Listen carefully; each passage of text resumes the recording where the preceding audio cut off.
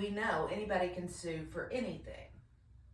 When a suit happens, files are asked for and given to the attorneys and the judge. The first thing a judge will look at is a duty that we have said to have performed in representation to our knowledge. That is why it is so important to do some type of sketch. Now, Anna, because Anna is Anna, does graph paper. If you could see some of the sketches that I have personally in my files, it's quite funny because when I first started this, just thought, well, I'm just gonna draw this house. And then I thought, then it took me a couple of times to realize, well, I drew that house and I don't know that I subtracted things right and I put things here and there. So therefore, the graph paper is a very type A way to go this, but what this does is it allows you to check yourself. So that is why I think it is it's good. My brother, who is he's an appraiser by trade, he actually does right of way. But when my brother goes out, he was the head of the right of way for the state of Kentucky. And before that, he headed up District 7 and all that. My brother has notebooks. He loves himself some graph paper, and he got on that because when he first started doing appraisals, it wasn't CAD and things like that. So I have seen, the graph papers can give me a little PTSD sometimes, but it is so good and it keeps you in line.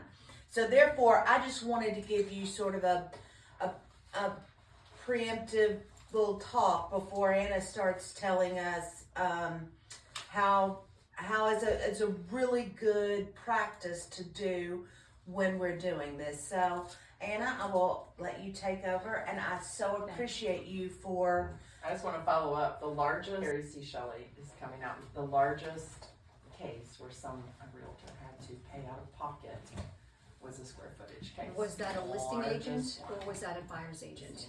Now, Kelly, you might be able to answer this. Are we as buyer's agents going to be required to measure homes as well on behalf of our buyers? Pardon me? Are we as buyer's agents going to be required to Nope. measure homes on behalf Nope. of our buyers? Nope. Okay. Unless The the buyer requests it. says, "Oh my God, this square, will you measure it?" And then I would say, let's And do if it together.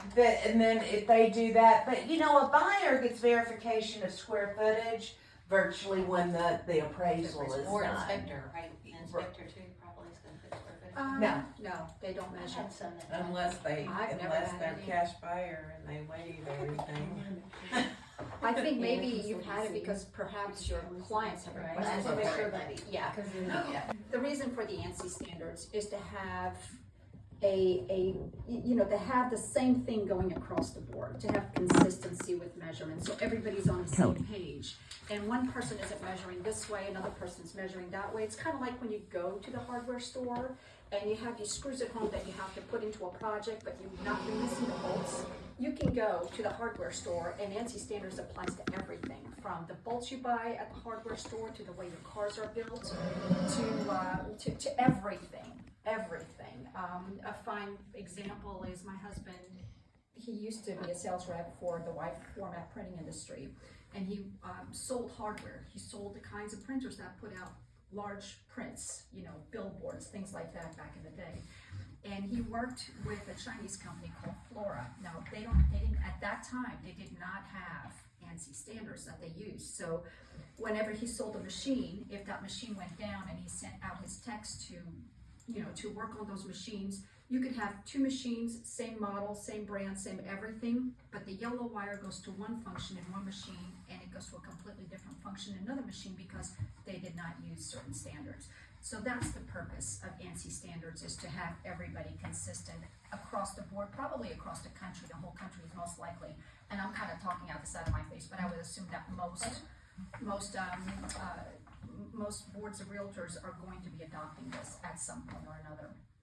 So basically, the three types of measurements are above grade square footage, below grade square footage, and non-compliant.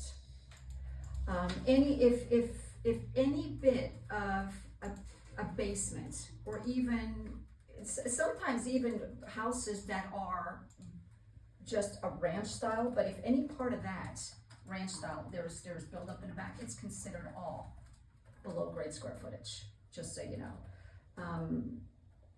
Also, with as far as basements and unfinished square footage, or any kind of square footage downstairs, ceiling has to be at least 7 feet tall and 6 foot 4 inches tall, if including the rafters. If anything is below 6 foot 4, it's not compliant. It doesn't count as square footage. If you have an attic space that's finished, but there are no stairs other than pull down stairs, that's considered non-compliant, because you have to have a permanent staircase going to your second floor to make it a more livable,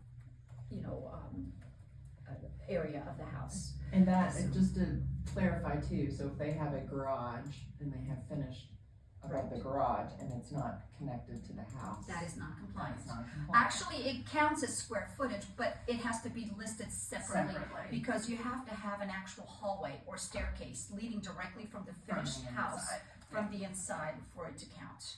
So, yes, so thank Because we you. had that one time. Yes, it is considered finished, but I think that can be. They had a it's- breezeway and a it bree- went up and no, it a doesn't breezeway, count, if- but they counted it. and No, then- you can't. That's actually, I think it's non-compliant finished square footage is what that is. So it has to be listed separately. So, but if it was an enclosed breezeway, would it have? If it's- to If it's like considered a Connected? finished hallway, be- Right, like, yes, but it has to, all surfaces have to be like finished a too, lot of that's the them other are thing. glass in their walkthroughs. Yes, but if the, I'm To the garage thinking, area. if it's not completely finished, if it's not a completely It's not finished heated and area, It it's, has to be heated and attached, cooled, it has right, to it be has to warm. be heated and cooled, so. yeah. yes. Right. Actually, I don't think it has to be cooled, it has to be heated. Okay. It has to be heated, because if you have, let's just say, somebody finishes off a sunroom, and it can be used for all seasons if it has heating in it. If it doesn't have cooling, a lot of houses don't have air conditioning. You're right. So that is considered finished square footage, but you still have to have all surfaces finished. The flooring, if it's concrete, just a coat of paint is not considered finished. It has to have a decorative finish of some sort. If it's a decorative coating on that concrete to make it look like it's high polished and gloss and those fancy things they do out in California, that's considered finished. And it also has to have heat in it. If there's no heat in it, it doesn't count. It's non-compliant. Okay, so for specs, I put a little cheat sheet together for you guys, which is this sheet right here. And this is for a quick reference when you're measuring a house and you forget, oh, what is that I have to look at? What's the standard height? Now, with as far as rooms that have, oh, I'm sorry. That's okay, go ahead. That have ceilings, kind of like a Cape Cod type ceiling, the slanted ceilings. Now, at least half of the square footage, it has to be at least half of the square footage where it's compliant, where it is at least 7 feet tall, okay? If it's less than that, it's not compliant square footage. Now, when you go up to the slant, see, I'm 5'4". If it's just a little bit below, like here, from 5 feet on, it counts. So anything beyond, so if it goes down to 3 feet, your slant, that area does not count as finished square footage. Cannot be counted towards your above grade But square it can footage. be up to 5 foot. Yes, up to 5 feet and then to the center. So you basically start here, wherever you're standing. Like for me, it's easy because I'm 5'4", so I'm shrinking. So I start at approximately my height, maybe slightly over, a little farther, because I am about 4 inches taller. And then I take it over to the approximate area and measure that along with the length of the room. That's how I personally do it. So I'm basically gonna be, that's my phone. Oh, okay, Sorry. got it, that's okay. So I'm basically going to be telling you how I do things, and that's why it's so important for you guys to go back and take this ANSI standards class, because how I do things, it's worked for me for all these years, but the standard is gonna be changing because it's gonna be required. I'm gonna be taking this class over again myself. So this is kind of a little basis for you guys, so that you can feel comfortable going out and measuring your own homes, but then take that class, because I guarantee you're gonna pick up more tidbits of information that you'll say, oh, I need to remember this, write it down and use it. How I typically measure a house is, I have very technologically advanced tools. I have a 100, I've had this since I got into the real estate. This thing is 18 years old. And what I do is you take the exterior measurements of the house. And so I usually, when I go on a listing appointment, I will have, my comps printed out, I will have my PVA stuff printed out, and I have it stapled together. I'm really type A, she knows. Everybody knows the exterior walls count, correct? Yes. Okay. And so what I do is I do my rough sketch as I'm measuring the house on the back of my PVA, so that I have those notes, those original notes as well. And what I do is I do the long walls first, and I usually start with the side wall, because those are usually straight, and I take it, measure it, make a straight line, write down that measurement. Then I go to the front of the house, and I take those measurements, and if there are jutted walls, I will be drawing those little juts and taking one little measurement at a time. That's why this is important, because how many times do you walk into a house and the front door is inset? So I use this to do my measurement from side to side.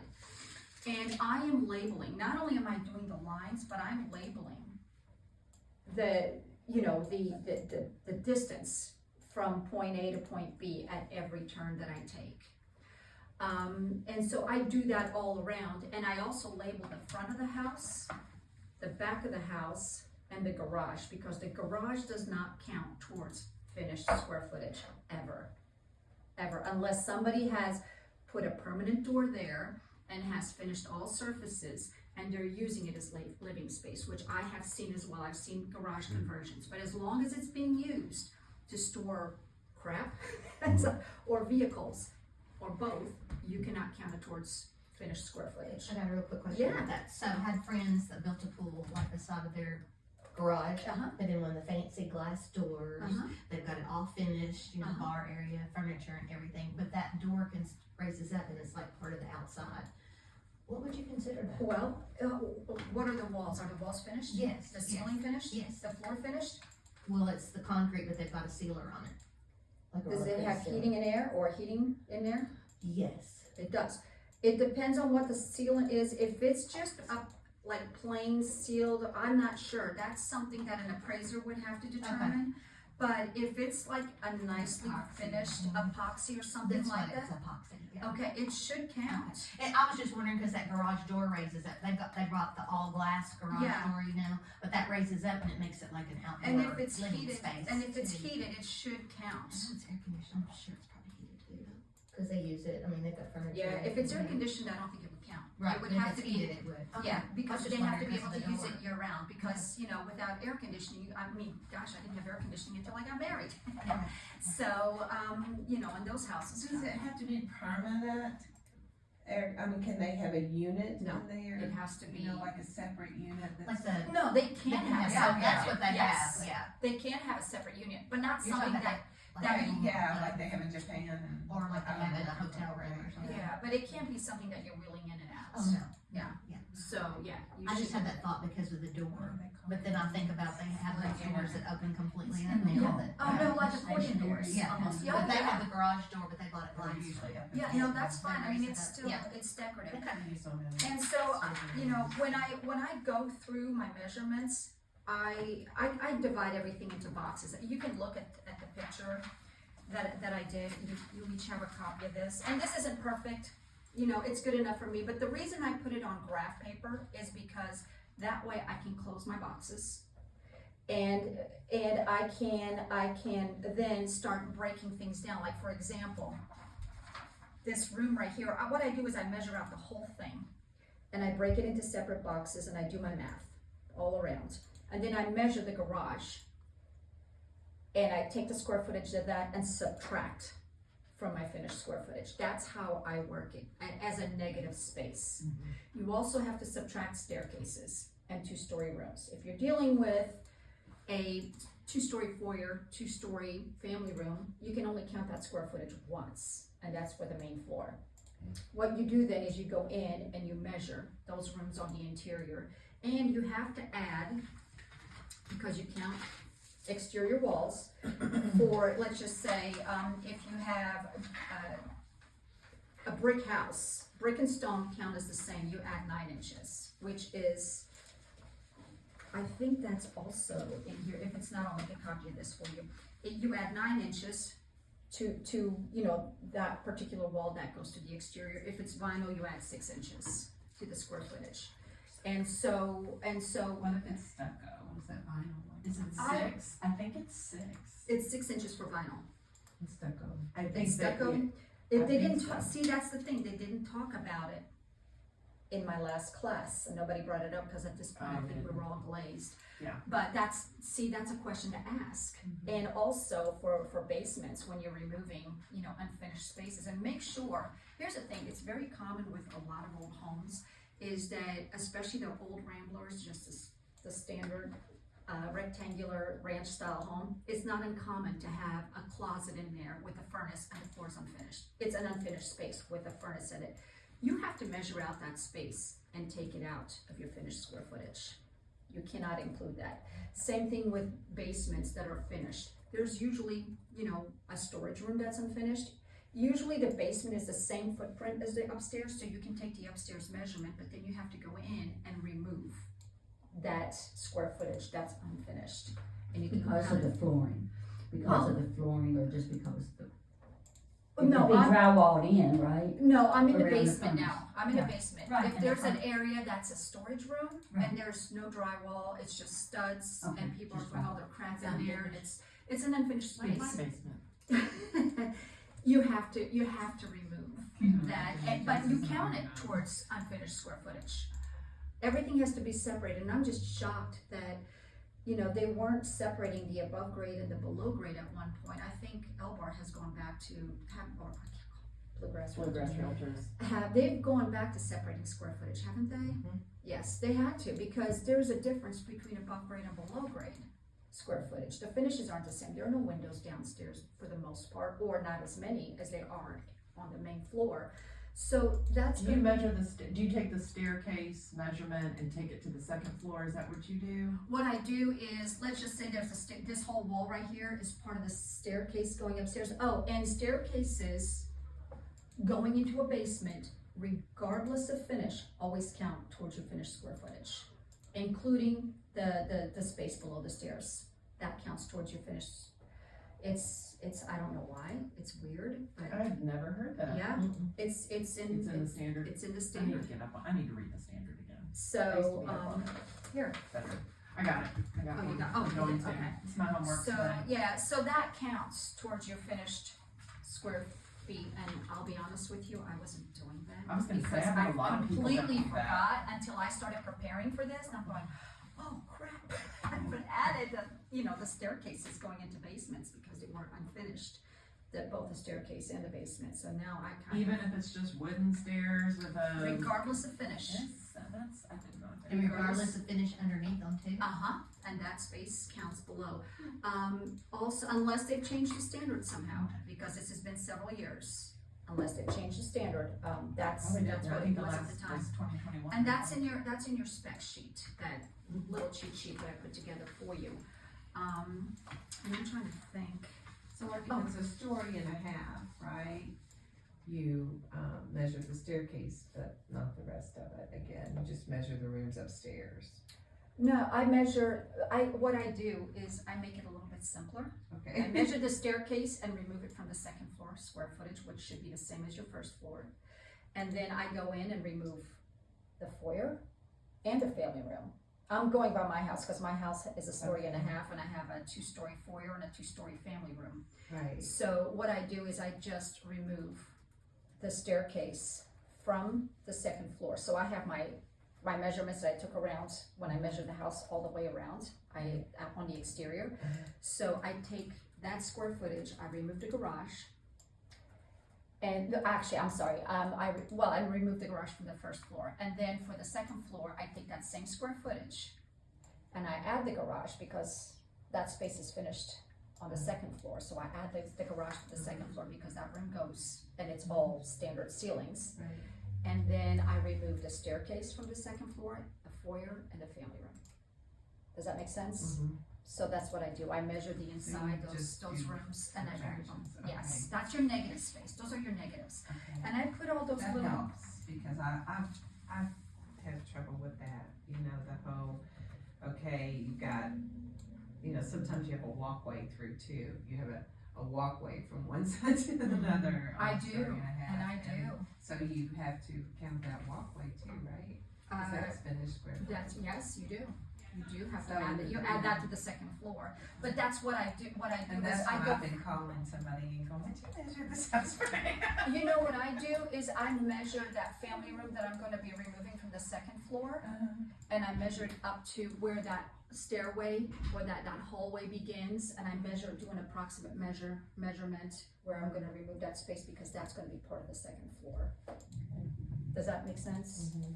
So that's what I do. So okay. Excuse me. Yeah. What's the trick to measuring the staircase? Tell me that again, what you just did, what you just I said. I just measure, let's just say the staircase, here's your first step, and it goes up that way. Yeah. Wherever the last step is up there, I measure from the end of that wall, where the last step is, over here, and then from the opening this way. And I take that square footage. That makes That's how I do it, unless I'm wrong. But that's typically how I measure stairs. Guys, realize that it is not the preciseness of the measurement that is, I mean, it's important to get within a certain, but it's the fact that you have made an effort to realize what is square footage and what is not, because it's going to be different from everybody. Yeah, two appraisers are gonna measure the house and they're not gonna be on the same. No, it's like coming up with valuation of a property. You can have 10 different appraisers do a valuation of one house and you can have 10 different numbers. It's not an exact science. And part of the reason is because not only do we have a lot of little angles, but also the earth moves below us, and so walls aren't crooked, and that are crooked. And so that's part of the reason I do this, is because I can't tell you how often I've measured a house and I'm off by a foot here and there, and I'm going, what the heck? And then I do refer back to the PVA to see what numbers they came up with. And if I'm really close to them, I feel comfortable. If there's a huge discrepancy between my measurements and theirs, I go back and double check. So I kind of use the PVA square footage as a little reference point, but I don't use their square footage ever. I don't think I've ever used it. By the way, the standards do not apply to condos. They only apply to single family homes and townhomes. But I still measure my condos. I measure everything. You measure just the inside of the home. Yes, wall to wall. So what would you do if you did your due diligence, followed the steps, you measured a house, you came up with 2950, and then you double check, go back and look at the PVA and it says 3000. You put Which 2950. I put Which one would you 2950. use? I use mine. I always use PVA's mine. wrong a lot. Right, I'm just saying that, Oh, let me tell you what. If you got 2950 and the PVA said 3000, You're I'd like, be woohoo! pretty close. Oh, Wow, yeah. I did I good. did good, and the PVA is crazily accurate on this one. This must not be an older home. Mm-hmm. Because I always look at the drawing and everything Me like too. that they have on the PVA. Like, I'm getting ready to list a house on Heartland Parkway, and it's around 1,100 square feet. They have finished a screened-in porch. It is drywall. They've got a kerosene heater out there. No. It's not heated. Mm-mm. Now, is that square footage valuable? Of course. I'm gonna put that square footage on as non-compliant and say, you know, in a blink of an eye, you can get a split unit out there for $1,500, and you all of a sudden have an additional 100 square feet, which in this market in Lexington, 100 square feet, I mean, And with me, if I'm within 100 split square unit was feet, what I I was feel trying to pretty think. comfortable. If it's more than 100 square feet, I start to freak out and I go back, double check my math, but I will always use mine. I would rather use less. And I know, you know, we have to do our sellers, our due diligence and protect them, but to protect everybody involved, I'd rather have. Promise and over deliver. Yes, and Jenny Lawson has talked about how this is the biggest dispute in mediation is square footage. So I have a tendency to be a little bit more conservative with my measurements. I don't like to add 500 square feet if the PVA says otherwise. That's when I do go back. I'll go back to the house and remeasure if I have to. I have had one in the past that I think it was about 300 or 400 square feet larger per my measurements. Than the PVA, and then the agent, and I don't want to say her name because I absolutely adore working with her, but she had used a PVA measurement, so I'm like, I'm not using that.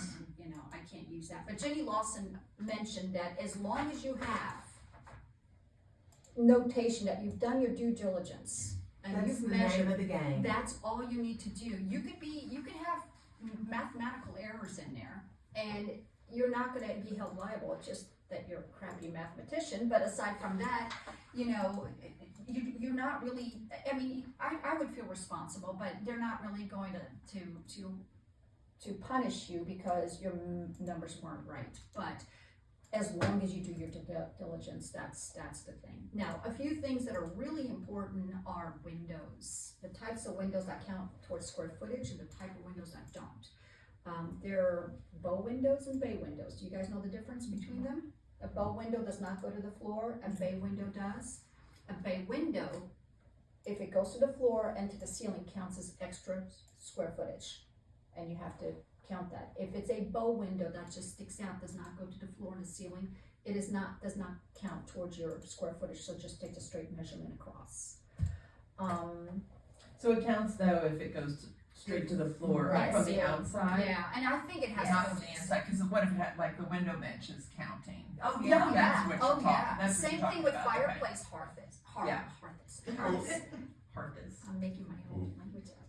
Anyway, so a fireplace, if it's on the floor level, the hearth is on the floor, and the chimney goes all the way up, that counts towards your square footage. Now, if it's like on one of those like ledges, it's not on the floor, it's on the ledge, and it's just a fireplace that doesn't even have a chimney, those self-venting type fireplaces, that does not count towards your square footage.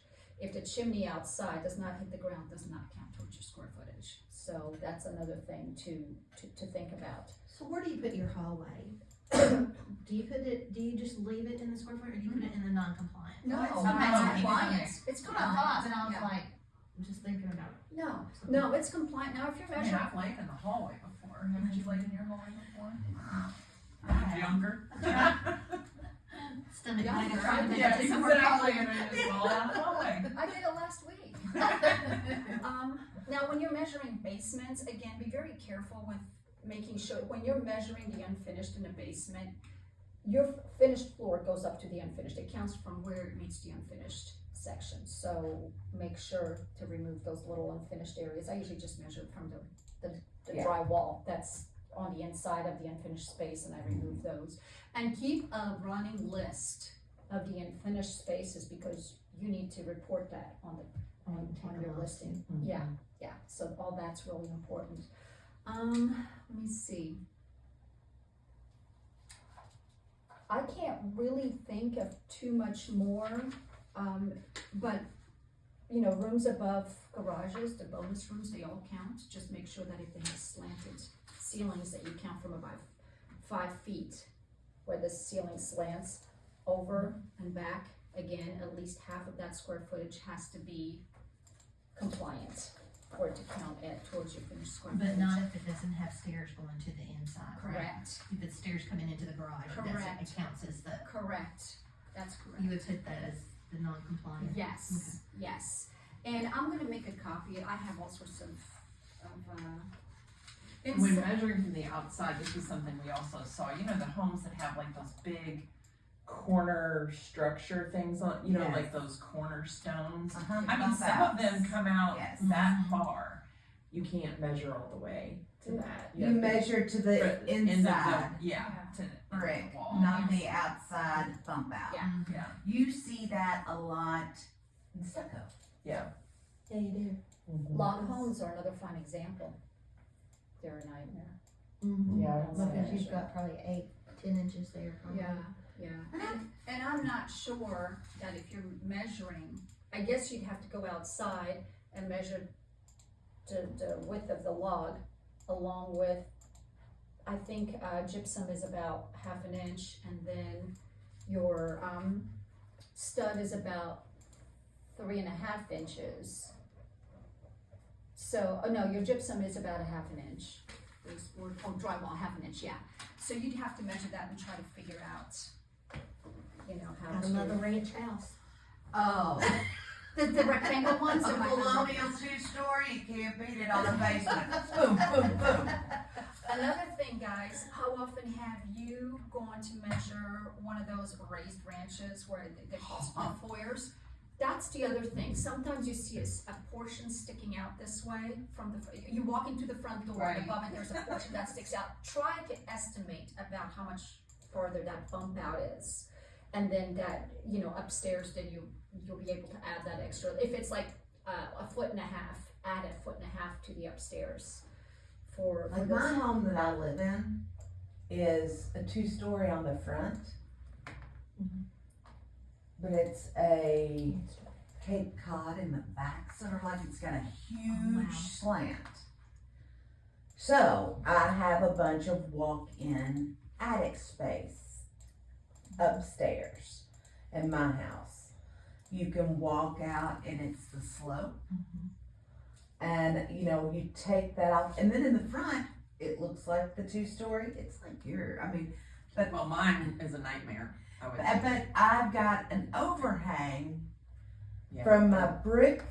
See, my bottom half is brick. The top it's a masonite. It's a wood type.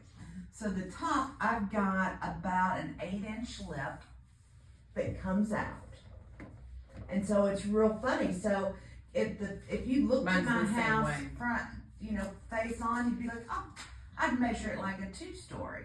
But then I've got to do, what I do is from the front of my upstairs to the back is how I measure my upstairs, because I have so much of that unfinished. The other thing is in Lexington, probably in Chevy Chase, and older areas of town is one, or in older areas of different towns, and tell me if they got wrong. That is one of the few times where,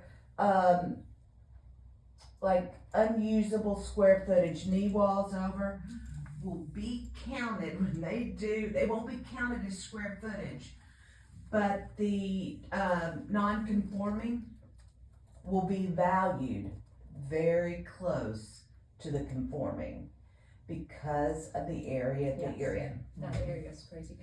The worst house, I can imagine, number one, measuring an A-frame. I've never listed an A-frame. No, thank goodness for, small She'll houses. come next week for you. I won't be in town, so have at it. I'll give it to you. But the most difficult house I've ever measured, Troy Cox, remember him? He had hired me to list his house, and he built his house, and he had all these I've never seen so many angles in a house in my life. I hired Colby Davis, who had, I don't know if he still has it, but he had an appraiser's license, and I hired him to come and measure it. He called me, and he goes, I can't work on this. I go, why not? And he goes, I can't get any of my boxes to close for the measurements. So that's the one time that I used per PDA. I couldn't, I actually It was even used that way on the outside, had every little corner and stuff. every area of the house, and it wasn't like corners, it was angles. Yeah. They were all 45-degree angles, and you know, You'd have to do not like, 45, yeah. yeah, you'd have to use like trigonometry. Yeah, oh yeah, and I'm So you couldn't do the outside measurements? no, and- because all the outside, even the chimney had the little angles. There were bay windows everywhere.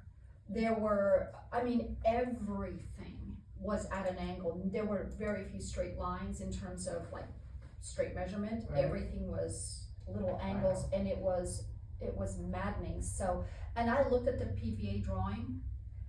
The person who measured that house gave up. He just started measuring straight because it was ridiculous. Even Colby said, "Oh, they gave up." I said, "Yeah, do you blame him?" And he goes, "No," because he ended up calling me an appraiser saying, "I can't measure this." Did he not have the CAD drawing where he built it? The thing is, those drawings are not necessarily accurate. And that's the other thing. Whenever you are or if you're representing builders and it's proposed construction, you have to not only mention that it's proposed construction, but where you got those measurements for square footage from you know, the builder or plans. the plan. And that is, and that they're never the same. No. When you get an appraisal on it, sometimes the appraiser will, it just depends, but it's always going to be probably 5% there. It's just because it's not, It's who was building it. it's whoever's building it. How But accurate as they are. long as you denote per builder plans, I mean, that is, because when you're listing these, like Anna said, in proposed construction, you can't go throw a tape on it. And the expectation and the onus a lot of times on that does lie with the builder, because the builder is providing plans and hired all the contractors. I mean, that is a good place to where you're like, well, it's gonna be about that. It's not gonna And be. then if it's a spec home, it's probably a great idea to go back and measure the house once it's completed. Of course, there are no spec homes right now. As soon as they're built, they're, Oh, You know, in they're Mercer built- County, they're selling before they even get started. oh yeah, here too. I was gonna tell you too, I have one of those Rolly, they're amazing, cause if I'm measuring a lot or something, I have to make sure in Mercer County they have the 250-foot, road frontage, and I mean, you just push them and, I guess I feel like they're accurate. I was told that they're not that accurate. I don't know. I mean, tomato. I don't know. Yeah. I've just always used this to I love it. I'll do it next time, when I measure something, It I'll would measure be them both good. ways, I'll Yeah. see if, See if there's no yeah. difference. Do it's you usually I'm know? going down the road. on the And road. that's That's what, different. and that's what sometimes an appraiser will use. I will tell you where the inaccuracy comes from that sometimes is at the end when you click it back to 0, sometimes it won't click all the way. Oh, You know, okay. I think sometimes that is I always it. wondered in a yard too, where it's kind of more like bumpy, not what I'm And, usually going down the One road. more thing, when you're measuring, according to ANSI standards, you're supposed to measure and round it off to the nearest inch. Okay? I tried doing that. It doesn't work for me. I round it off to the nearest foot. And the reason is I can never get my boxes to close ever Right. when I measure it to the nearest inch. To me, it doesn't work for me. I can't get it to work. I've tried it. So that's what I do. You can, when you're doing your drawing diagram on your rough sketch, go ahead and do it to the nearest inch. And then from there, then you can adjust when you actually started putting your measurements down to paper. And that's the reason I'm so anal with my graph paper, because it helps me be a little bit more accurate. Exactly, because if I'm just doing a crooked, drawing, I'm not, this is when I know that whether You a can box is see it. gonna close or not. You can vision the. Exactly, because I can get extra creative when I have crooked lines. That's the reason why I do it this way. That's why it's so difficult for me to close boxes whenever I'm using to the closest inch. But that's the ANSI standard. It's supposed to be. And then when you finish your overall square footage, you're supposed to round it off to the nearest foot. So that's their standard, but I You don't asked know. about the concrete, it does say in here for decorative, Right. the slab, it says chemical staining, integral coloration of the concrete, scoring or stamping such that would modify the texture or appearance of the slab. Clear coating, like it was kind of like bluish. So see, I don't know. I don't know about that either. If it's bluish, it sounds like if It, it's it a, would count, it's Yeah, decorative. if It's like a- an if it's epoxy a- or whatever they put on it, I guess, yeah, but if it's just a regular concrete floor you've sealed, that would not go. I don't think so, Yeah. it doesn't I don't seem think like painting it would would. work either, It unless doesn't. you're doing some decorative painting with checkerboards or And something like that, but sanding if or you're something. just like dumping a bunch of paint and rolling it out, I don't think that would work either. So putting an area rug on a concrete would not. No. Indoor, outdoor. Yeah. Now, if you went from Put your wall to little wall, Bare rubble. if you did astroturf wall Yeah, to that wall, probably would that be. would Yeah, count. I okay, mean, would be. it's not You know, aesthetically you'll pleasing. see some of these older houses that I've seen have it before. they've worked on finishing the basement, and they'll drywall the walls. Mm-hmm. They will do they'll paint or they'll stain the concrete, because in an older home, sometimes if they've had anything done on the floors, if it's been there, that it won't hold a stain, it won't absorb it, so they'll have to paint it and things like that. And then you'll see it heated and cooled, and sometimes they will paint the ceiling, they won't finish it, but they'll paint it like black. You've seen that in some industrial finishes. That counts. And some of the That times, does count? I believe so, Okay. yes. the other thing I'm gonna tell you, if you walk into a home that's big or pretty good size, and you see some really interesting lines, both inside and outside, you see a hip roof, you see just all sorts, and you see, the reason I say a bigger home is sometimes you'll see really interesting designs. There are sometimes if you walk in there and you go, oh, pay someone to measure. It's worth it. You can get a measurement done for probably about for a good sized home, probably about $150. Just depending upon, call it appraiser or whatnot, but get it measured. Can you use a past appraisal? Yeah. You just denote Because who. if they bought it and had an appraisal and they had. I an totally appraisal- use an old appraisal. Oh, yeah, So, but you have to note it. My people bought a house and then we had an appraisal. Then I sold that house. Yeah. I used that. Yeah. I totally do it and do Okay. square footage per appraisal. I think the drop down says self-measure, PVA, appraisal, or CAD or But then you something. don't have to do your due diligence if you have that. Because you have that that. CAD drawing. Okay, I just wanted to verify that. The 'cause due diligence is not just your personal drawing. It is going to find a professional that, going to an old appraisal, going to this, to say, I need this.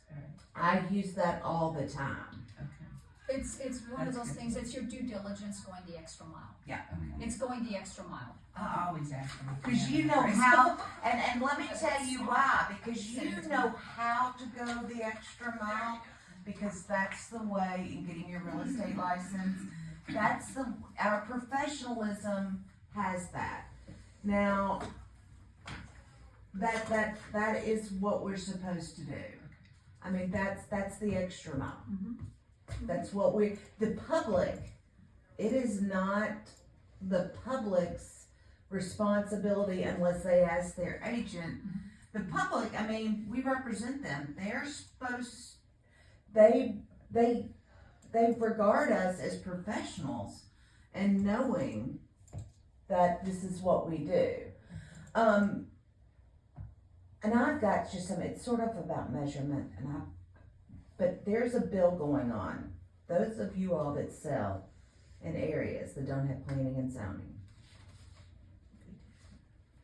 But like in the county, there is a bill, and this goes with measuring, that's why I'm putting it, because it's been proposed, that on any parcel of land that is in a county that doesn't have requirements for, recording the survey or One of anything. those, yeah. If a piece of property is sold off a larger parcel, it's going to be a law that the surveyor and that everything gets recorded. Good, That's a good thing. Because I just did one in one county and they didn't have plats or No. any, and that happened, and I was like. So that is a I good thing, saw that's about measurement, and you know, when you see things that are important to the consumer, right. land on everything is built, on the land everything is built, so the land is the first place they'll go. Well, that property in Mackville that I've got, they don't do that. Mercer County does, Washington County doesn't. But my seller said, I'm not paying for it. If somebody wants one, I'm not paying for it. So it went in my details that if they wanted a survey, it was at the seller's. So on, you know, so the, not only is we're just a subset of that. Right. When we're talking about these ANSI standards and how important it is, you know, I don't know that we will never support legislation that says realtors are, you know, but we feel it's so important as a association. Right. So, I that's- even had neighboring people on this particular one that had the surveys on theirs that met this property, and they wouldn't share them with the PVA, so they couldn't block in this property, which I thought, that should not be legal. If you get a survey, if somebody gets a survey, don't they have to record them? They don't? You what? You should, that's what you should do. I just, that blew me away, because I was like, why would they Just get a them? page. But again, I just wanted to put that out there because I think that, you know, it's just a good thing to hear about land and they go into Absolutely. these. Oh, and on a different note, sorry, Squirrel, but, Sorry too, my brain is going everywhere, but, if you're measuring an older home with a basement garage, even some newer homes have basement garages, make sure to remove the square footage of separate it from the regular part of the basement, even if it's unfinished, Oh, okay. because it's a garage. And then the unfinished square footage, always separated. At least that's what I do, unless they've changed. Even though it's technically unfinished, but it's the garage, because Right, so you would put it under the garage and then you put the other under, because it's an unfinished okay, living square footage, okay. if that makes sense. Right. Where a garage is really not living square footage, it's more for storage of your vehicles. And uncompliant, I'm just getting this in my head, uncompliant is when, non-compliant is when it doesn't. When the ceilings The are ceilings are either too smaller, low, okay. I'm just or, trying to get it in my thank you, head, like, or right. if, you know, you have areas that, maybe it's 5 feet tall, 5.5 feet tall. Or 6 feet tall. 6 feet tall does not, okay, let's just say you go into an attic space that's finished and it's only 6 feet tall. That's not compliant, because it has to be at least 6'4" tall. So that 6 foot tall height is enough for you, maybe kids to play up there, do things like that. But it's considered non-compliant because even if it's completely finished, because the ceiling heights are not compliant. So that would be considered compliant. If you have a placement garage or going into into a breezeway where there's a little building and it's finished, but it's not attached to the house. There's no finished space that's air Right, heated. like we talked about. That's considered, that's finished square footage, but it's not part of the gross. So I call that non-compliant as well. Okay. And then I put a note in the listing, and for agent only remarks and in the marketing remarks, so that people know. Okay? Thank you. Yeah, sure.